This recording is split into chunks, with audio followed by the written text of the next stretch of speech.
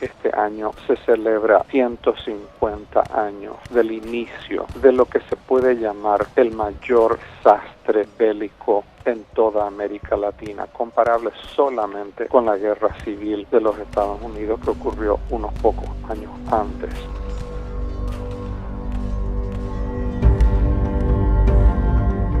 Mi nombre es Miguel Solano López. Hablo en mi condición de bisnieto de la pareja más famosa de la historia del Paraguay, del mariscal Francisco Solano López y de la señora Elisa Alicia Lynch.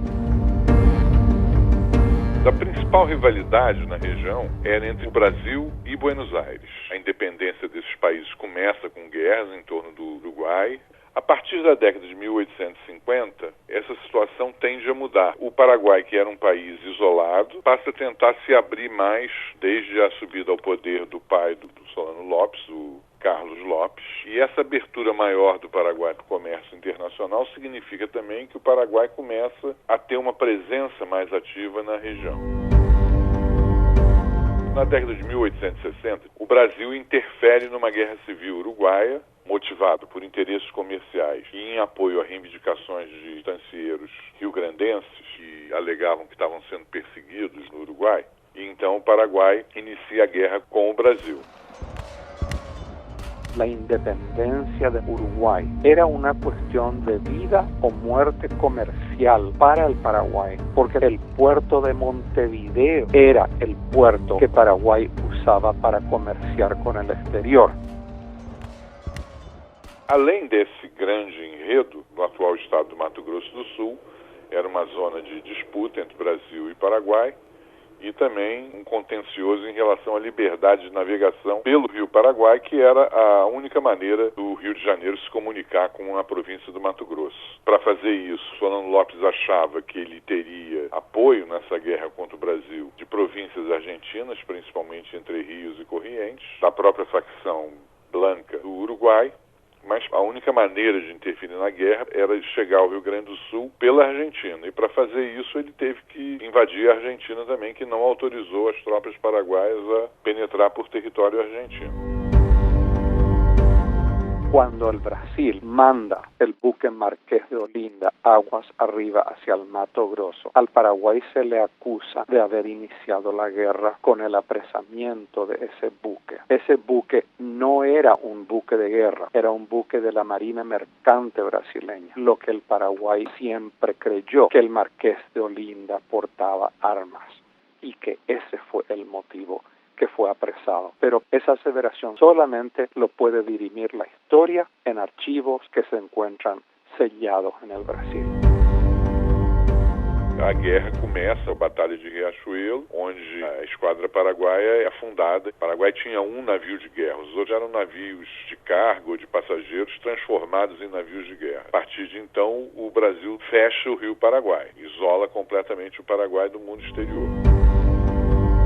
A mais sangrenta é a primeira Batalha de Tuiuti, no território paraguaio. E é a maior batalha campal da guerra. Ela vai opor mais ou menos uns 20 mil paraguaios a uns 30 mil brasileiros, argentinos e uruguaios. O Paraguai foi derrotado, o número de baixas foi muito grande. Para o Brasil, a principal foi a Batalha de Curupaiti. Brasil e Argentina tentaram tomar uma trincheira paraguaia de Curupaiti e foram rechaçados, com muitas baixas.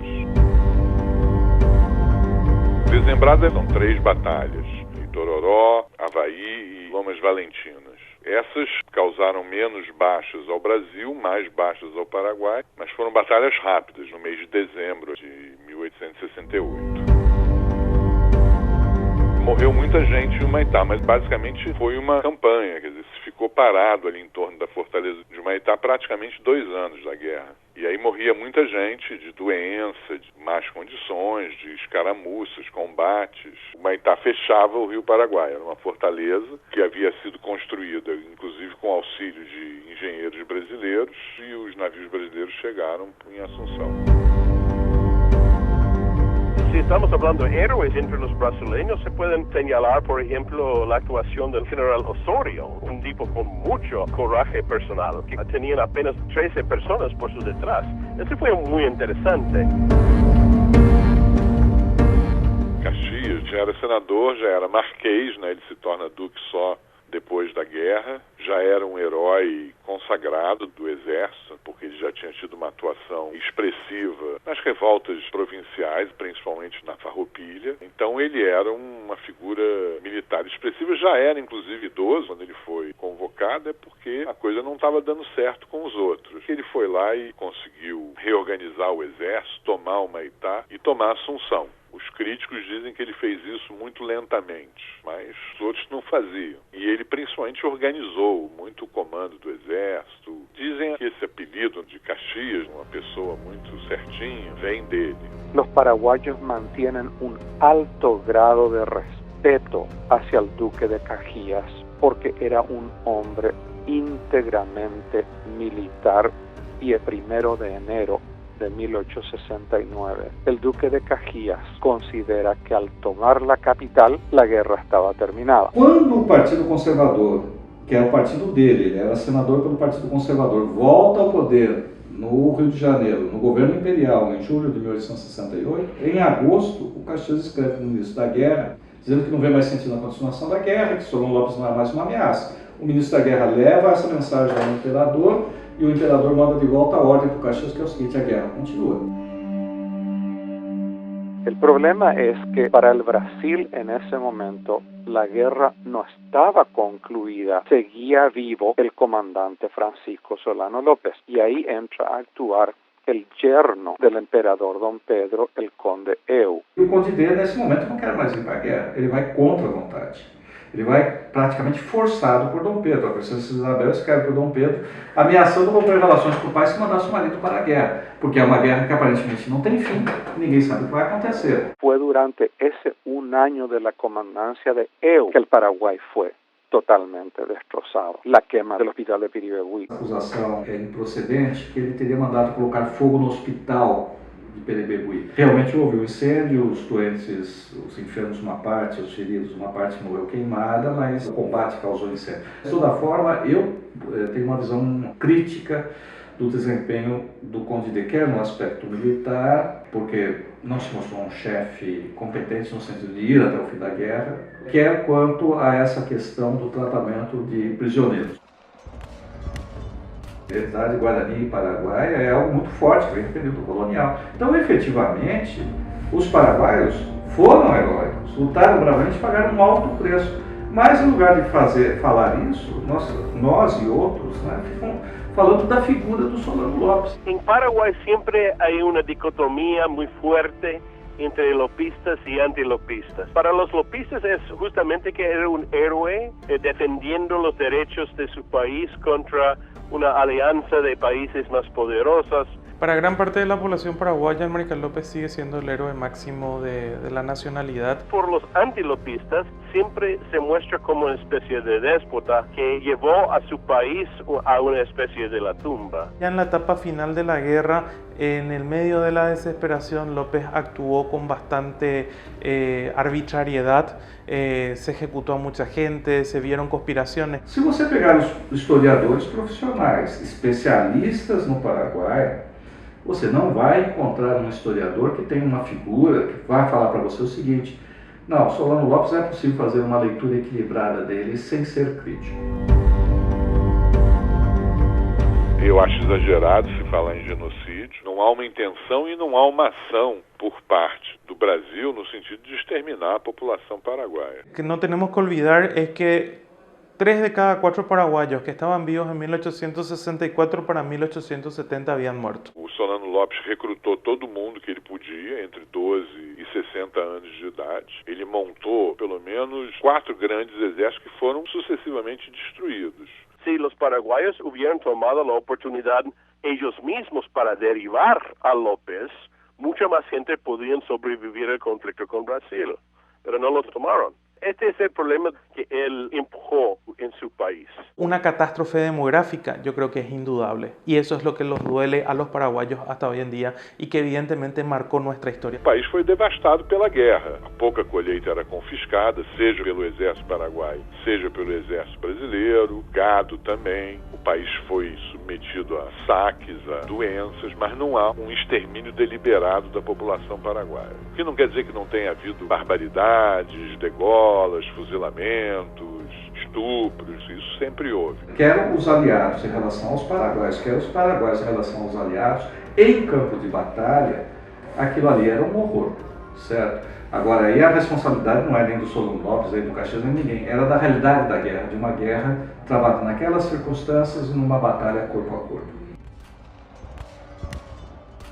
El Paraguay nunca se ha recuperado del todo de ese destrozo. Hay un resentimiento que está latente ahí con respecto a lo que ocurrió durante la guerra contra la Triple Alianza. Al paraguayo le ofende hasta el fondo del alma que hasta hoy día se insista que el Paraguay fue el culpable de la guerra, que los aliados fueron inocentes.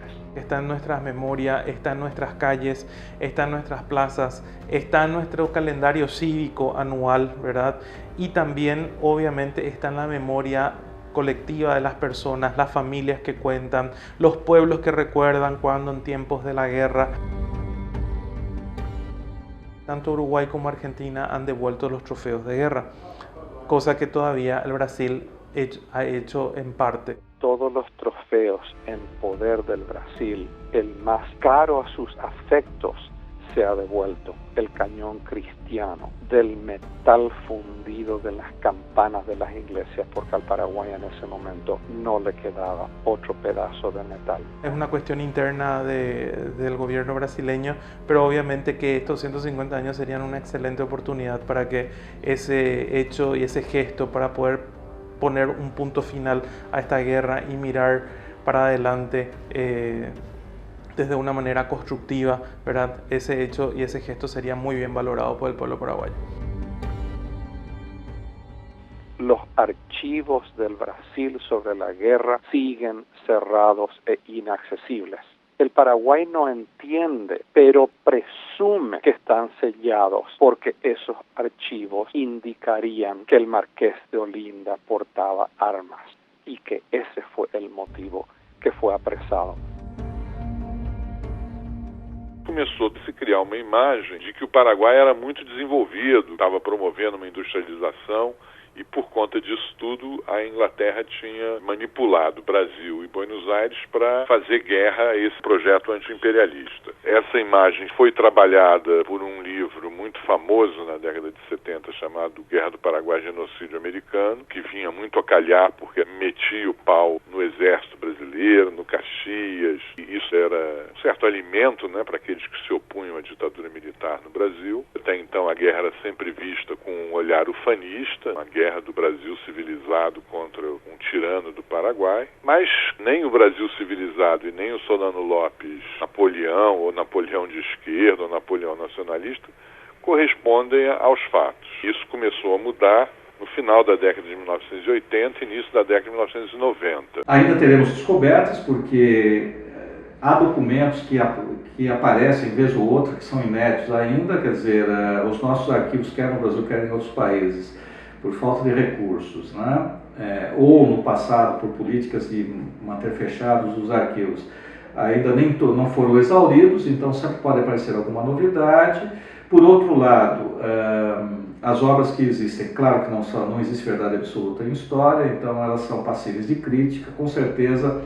Novas gerações de historiadores, ou até os historiadores atuais que trabalham no tema, certamente avançarão no conhecimento de vários aspectos da guerra.